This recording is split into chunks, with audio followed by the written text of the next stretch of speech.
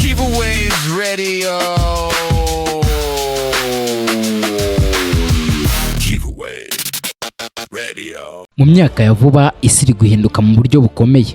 Intambara nshya, amakimbirane n'igitutu cy'ubukungu byongeye kuba igikangisho gikomeye cya geopolitics. Igihugu gifite uruhare rukomeye muri ibi byose ni Leta Zunze Ubumwe za Amerika, iyobowe n'umugwizatunga Donald Trump. Politike yiswe America First igaragaza uburyo Amerika ishaka kurinda inyungu zayo ku isi, ariko abasesenguzi bavuga ko iyo politike ishobora no guhindura uburyo bw'igihugu cyangwa se ibihugu byinshi ku migabane itandukanye. Mbere yo kukwereka uko iyi politike irimo guhindura ibintu, reka mbanze nkwereke intambara ziri ku isi kandi Amerika ifitemo akaboko. Kuva Donald Trump yasubira ku butegetsi muri Leta Zunze Ubumwe za Amerika, abasesenguzi benshi bavuga ko isi iri mu bihe by'amakimbirane akomeje gukomera, ariko ni ngombwa kumenya ko zimwe muri izo ntambara zari zaratangiye mbere.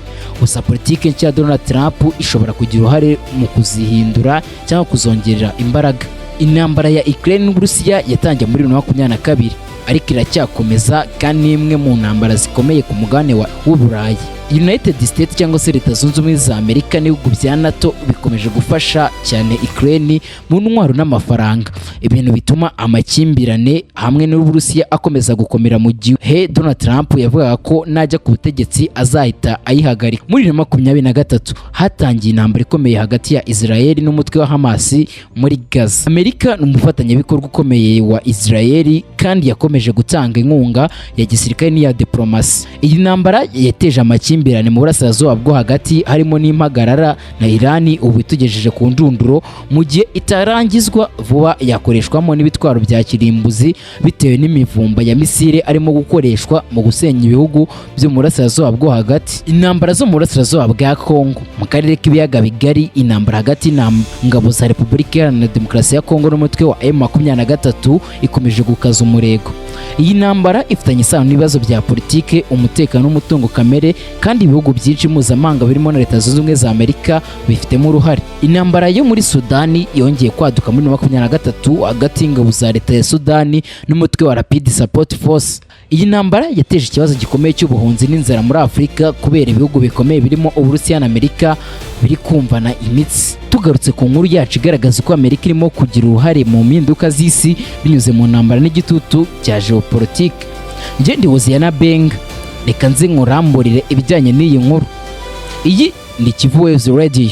Iyi ntambara ya Ukraine na Uburusiya yatangiye muri 2022 nyuma y'igitero cy'Uburusiya kuri Ukraine. Ni intambara itari kumara igihe kinini nk'uko bimeze ubu, ariko kubera uruhare rwa Amerika mu gutanga amakuru y'ubutatsi, amafaranga menshi n'intwaro, byatumye intambara ya Ukraine iba imwe mu ntambara zikomeye ku mugabane w'Iburayi nyuma y'intambara y'ubutita. Abasesenguzi bavuga ko iyi ntambara ishobora guhindura imbaraga za geopolitiki mu Burayi, ubukungu bw'ibihugu byinshi n'imibanire ya NATO n'Uburusiya. Hari n'abavuga ko iyi ntambara ishobora guhindura ubuyobozi mu bihugu byinshi by'i Burayi bitewe n'ingaruka z'ubukungu n'umutekano. Mu mugabane wa Aziya, Amerika ifite uruhare rukomeye mu makimbirane yo mu burasirazuba bwo hagati. Ibihugu nka Irani, Syria na Israel byabaye ibice bikomeye by'ihangana rya geopolitics. Amerika ishinjwa n'ibihugu bimwe gushyigikira Israel mu ntambara zayo n'imitwe irimo Hamas cyangwa Hezbollah ndetse n'igihugu cya Iran. Hari n'igihe Amerika yagabye ibitero ku mitwe ifatwa nk'iterabwoba cyangwa ku ngabo z'ibihugu bimwe. Abasesenguzi bavuga ko ibi bishobora gutuma amakimbirane mu burasirazuba bwo hagati akomeza cyangwa ubutegetsi bw'ibihugu bimwe buhinduka mu gihe intambara ya Iran na Israel yakomeza kandi Amerika ibigiramo uruhare aho kubihuza ngo ibiganire. Abahanga mu by'intambara bavuga ko intambara ya Iran na Israel n'umuterankunga wabo Amerika mu gihe batarangiza intambara ishobora kubera intambara ikomeye mu myaka 50 ishize, kuko ishobora gufata akarere kose nk'uko birimo kugaragara ku mbuga z'urugamba. Politiki ya Donald Trump irimo kwikubira umutungo kamere ishobora gukomeza ikibazo cy'u Rwanda na Kongo, aho abanyamerika bashobora gufasha Repubulika Iharanira Demokarasi ya Kongo guhashya M23 akoresheje intwaro aho kugendera ku biganiro, ndetse n'agahenge kari kemejwe n'ibiganiro bya Doha ubu karirengagijwe, ahubwo ingabo za FARDC na M23 barimo barumvana imitsi akoreshejwe intwaro zikomeye, harimo drone zirimo gukoreshwa n'abacancuro bavuye mu mihanda yose. Aka karere k'ibiyaga bigari karimo umutungo kamere ukomeye cyane urimo cobalt, coltan n'andi mabuye y'agaciro akoreshwa mu ikoranabuhanga. Ibihugu bikomeye ku isi bifite inyungu muri ayo mabuye, ariko uko intambara yiyongera niko ibihugu bibona uburyo bwo kuyatwara binyuze mu masezerano ibihugu bikomeye bisinyana ibihugu byo mu karere nk'uko Amerika yabikoze muri Congo.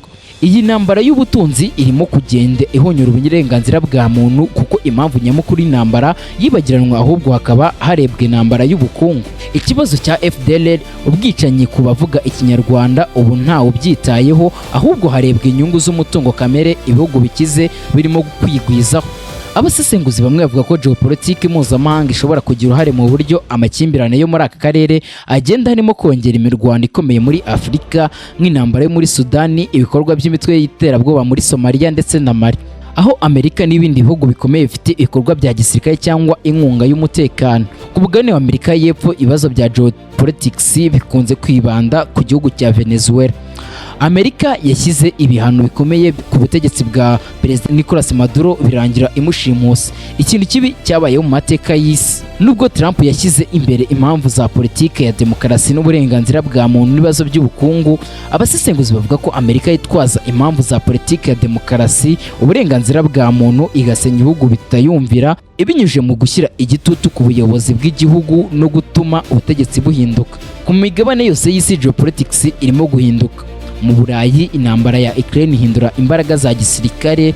Muri Aziya, amakimbirane y'uburasirazuba bwo hagati ikomeje gukura. Muri Afurika, umutungo kamere n'umutekano bigira uruhare mu ntambara. Muri Amerika y'Epfo, ibihano n'igitutu cya politike bigira ingaruka ku buyobozi bw'igihugu. Abasesenguzi bavuga ko isi ishobora kwinjira mu bihe bishya by'ihangana ry'ibihugu bikomeye. Ikibazo gisigaye ni ukwibaza, ese izi mpinduka zizazana amahoro ku isi cyangwa zizongera intambara? Komeza ukurikire Kivu Waves Radio umenye byinshi ku hazaza h'uyu mubumbe n'uburyo wakwiteza imbere. Nje ndi Oziana Beng, kora subscribe, usharinga video zacu ndetse utere na comment kugira ngo ukomeze kujya ubona amakuru Kivu Waves official tukugezaho kuri YouTube channel. Ndabashimiye cyane, amahoro ya Nyagasani akomeza abane namwe.